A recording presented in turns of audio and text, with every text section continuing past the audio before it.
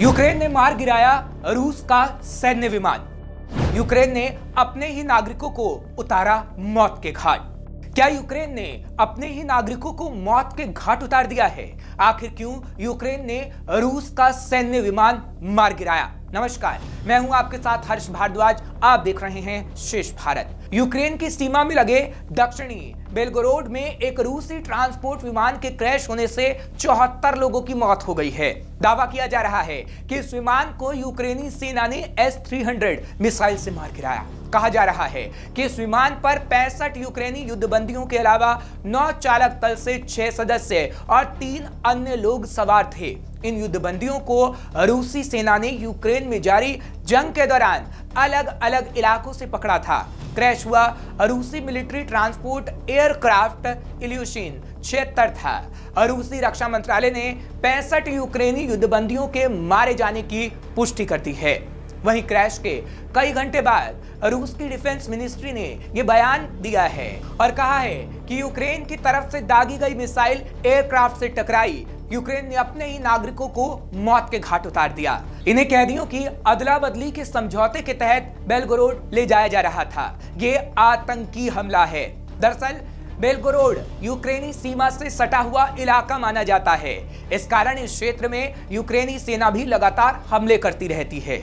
महीने भर पहले बेलगोरोड में यूक्रेनी हमले में 100 से ज्यादा रूसी नागरिक मारे गए थे। फिलहाल इस घटना को लेकर रूस के 2 सांसदों ने भी आरोप लगाया कि विमान को यूक्रेन की सेना की ओर से छोड़ी गई मिसाइलों से मार गिराया गया है। इनमें से एक सांसद कहा, यह जानबूझकर किया गया है। वो अच्छी तरह जानते थे कि विमान रास्ते में था, कहां जा रहा था और सतह से हवा में मार करने वाली मिसाइल प्रणाली के ऑपरेटर अपने लक्ष्यों के रूप में सैन्य विमानों या हेलीकॉप्टरों और परिवहन विमानों का अंतर पहचानने में गलती नहीं कर सकते। यह युद्धबंदियों की अदला बदली रोकने के लिए जानबूझकर किया गया है।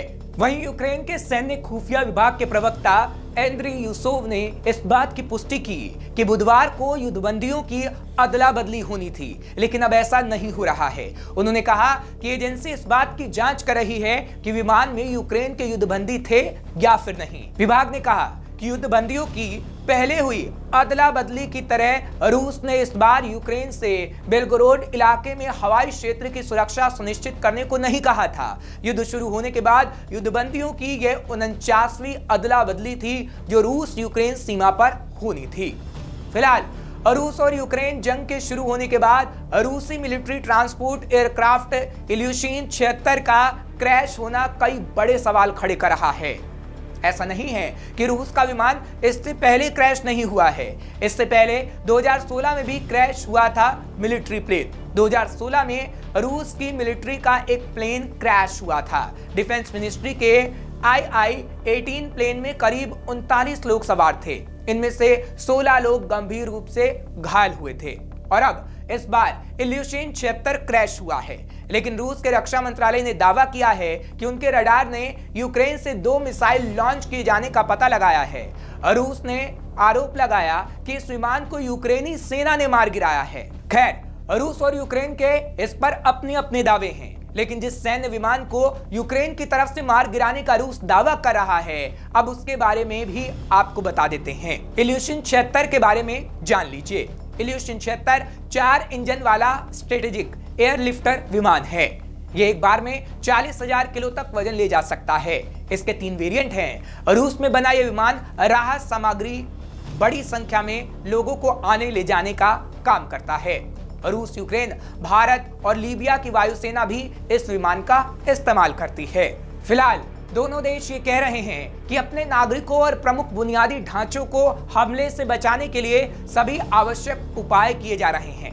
दरअसल फरवरी 2022 में शुरू हुआ रूस यूक्रेन युद्ध अभी भी जारी है और उस बीच इस खबर के आ जाने से एक बार फिर दोनों देशों के बीच सरगर्मियां काफी बढ़ गई हैं।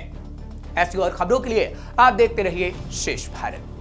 श्रेष्ठ भारत पर खबरों से जुड़े रहने के लिए चैनल को सब्सक्राइब करें, बेल आइकन दबाएं और देखते रहें श्रेष्ठ भारत।